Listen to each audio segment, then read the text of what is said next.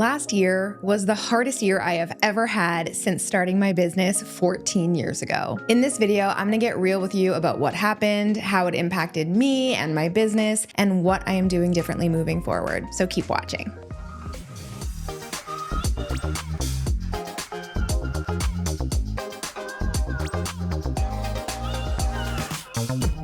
Hey Posse, what's up? It's Alex coming at you this week with the real tough truth about life as an entrepreneur. We all know there are highs, there are lows, and sometimes there are rock bottoms. And last year I felt dangerously close to that. Since starting my business back in 2011, I have had plenty of low moments, don't get me wrong, but 2024 felt like one massive low moment after another. And it all started in late 2023 when my dog Tater chased a deer off a 14-foot cliff on a remote island off the coast of Vancouver. I was the only one with her when it happened. Luckily, my dad heard her screams and mine and ran over from their house to help me carry my little baby up this cliff, and I'm honestly still not sure how he did it with just one arm. And the fall left her very badly injured and completely paralyzed from the mid-back down. To make matters worse, we were like hundreds of miles away and an entire ocean away from the nearest vet hospital. The accident happened at around 8:30 in the morning on a Saturday of a holiday-long weekend, and the only float plane that was going to be coming and leaving the island that day was going to be at 9 a.m., so 30 minutes later, and it was a 20-minute drive to get from the house where the accident happened to the dock. So Jackson, my husband, and I got in the car with Tater and we drove like mad to meet the plane. I was still in my PJs, covered in mud. Tater was in shock.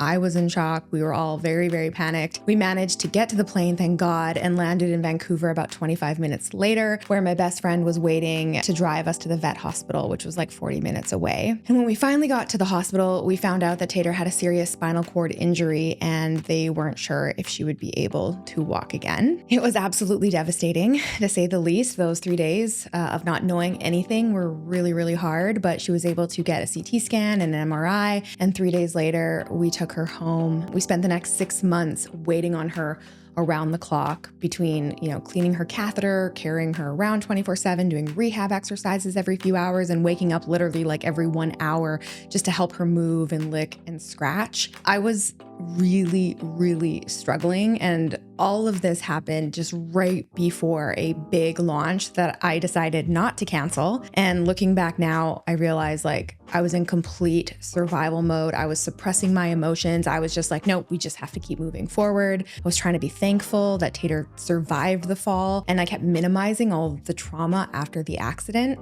You can probably guess how that turned out. I spent nearly all of 2024 dealing with major PTSD and finally doing the work that I needed to do to get through it. In fact, I'm still doing the work. But during that time, everything, and I mean everything in my business felt really, really hard. And even though I was creating new memberships and mini courses and even hosted my first ever live event, Posse Fest, I'm sure from the outside looking in, it was like, oh yeah, Alex is great. Everything is fine. And the truth was I was dealing with so much emotion. I had self-doubt. I was critical of myself. I was depressed. And every time a launch didn't hit the goals I wanted, or every time my engagement dipped, or every month where my revenue was lower than my business expenses, meaning I wasn't making profit, I started to question absolutely everything. It really felt like I had worked so hard, and I was working harder than ever before to grow my business. I was spending more money on ads than I ever had before. I was segmenting my list for the first time ever. I was building out more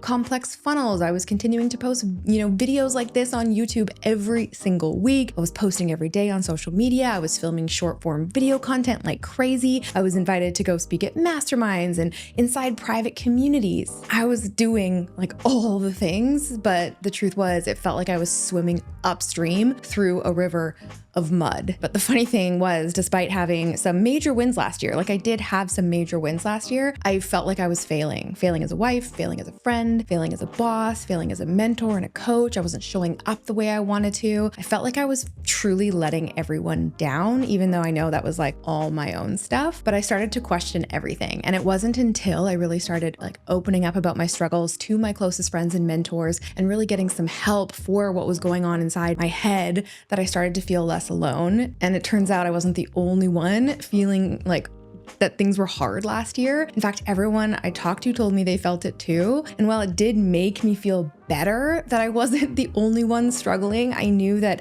I couldn't survive in my business another year doing the things I was doing with the way I was feeling.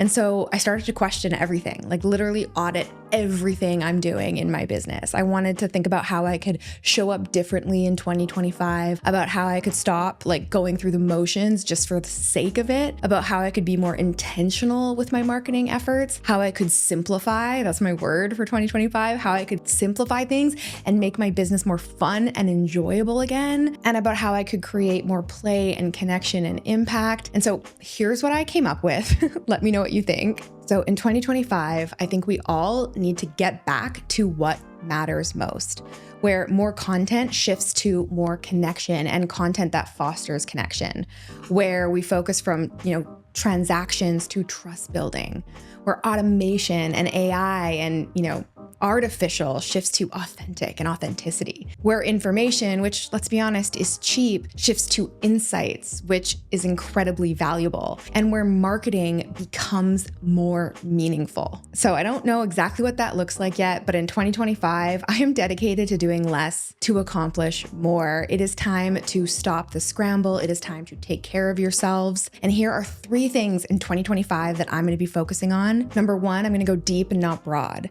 Now, I'm no economist, although I do have a business degree with a major in economics, so maybe I am an economist. So I do know the basic principle that the more available something becomes, the less valuable it is. That's just pure economics. And on the flip side of that, the more exclusive or less available something becomes, the more valuable it is. And now, thanks to things like AI, right, content is cheap, basically free. A 5-year-old could literally create content at the touch of the finger and not even know what they're creating. So now that content is really cheap, I am reevaluating the type of content and conversations that I want to create and to have. I really believe that the internet is becoming this cesspool of boring content that is utterly exhausting to pour through. So again, purely based on economics, AI-generated content is essentially valueless, right? But connection, which is in increasingly short supply, just became a lot more valuable. So from now on, my content, including YouTube videos like this, and of course my social media captions, my offers, my programs, everything that I create,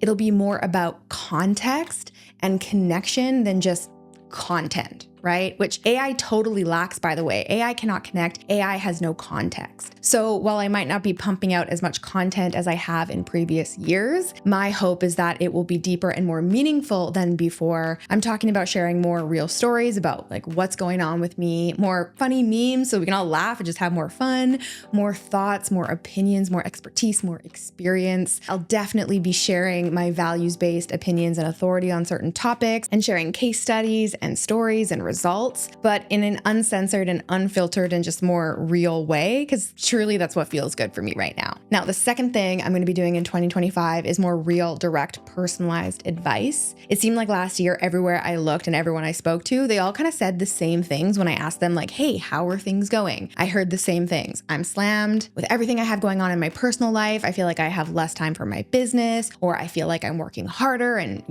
working more and making less and getting like lesser result. And I was like, yeah, I feel the exact same. And because of this like overwhelm I think we're all feeling, I have actually noticed a dip in attendance rates on all of my live calls across the board. And I'm not just talking about my free masterclass show up rates. I'm talking about my high level mastermind calls that people are paying thousands of dollars a year to be a part of. So if those attendance rates on those calls are down, then that's telling me that something is wrong. And to me, this is a really big clue that despite not changing a damn thing, and in some cases adding in even more support and accountability, there are some big things shifting right now. And while I don't necessarily have the answer yet, and I don't really know if anyone does, I am making some pretty profound changes. I updated my Launchpad program this year to deliver training lessons in more like bite-sized consumable steps. I'm also looking for other ways to make learning easier and faster in all of my Posse programs and memberships, because at the end of the day, customer experience experience is absolutely everything, and I want to help my customers as much as possible. So what this looks like for me is helping my people achieve the real and specific results they're looking for, delivering more helpful, timely, and personalized support, showing up for my community, so going live more often, answering questions, and really just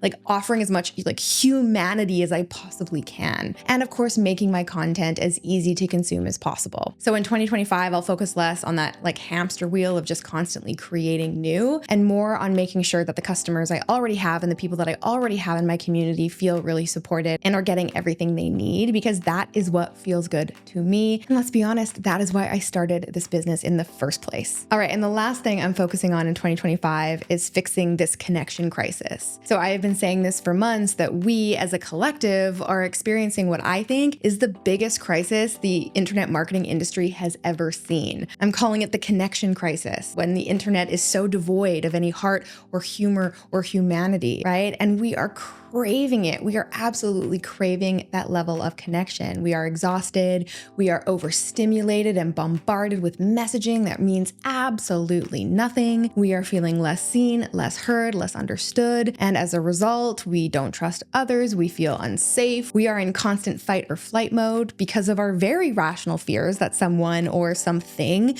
might be trying to dupe or mislead or take advantage of us. And our nervous systems are literally going into shutdown mode. I know for me that has been the last year. So what do we do when that happens? Well, we numb out, we doom scroll, we binge watch Netflix, we avoid taking any action or asking for help, even when we know it's what we need. And we forget what matters most to us, the people in our lives and how we want to live our lives. And I'm over it, you guys. And I know I'm not the only one. So as content continues to cheapen, there is an ever rising premium on connection and content that fosters that connection. And that is what I'm going to be focusing on in 2025, from my emails to my DMs to my social posts and everything in between. I'll be focusing on more personalization, more connection, starting more conversations, being more transparent with you guys about what's going on in my life and business. And yes, using automation, but in a consent-based way. So my marketing strategy for 2025 looks a lot like an anti-marketing strategy. How rebellious am I? I guess it's very on brand for me. And you guys, I am really freaking excited because in 2025,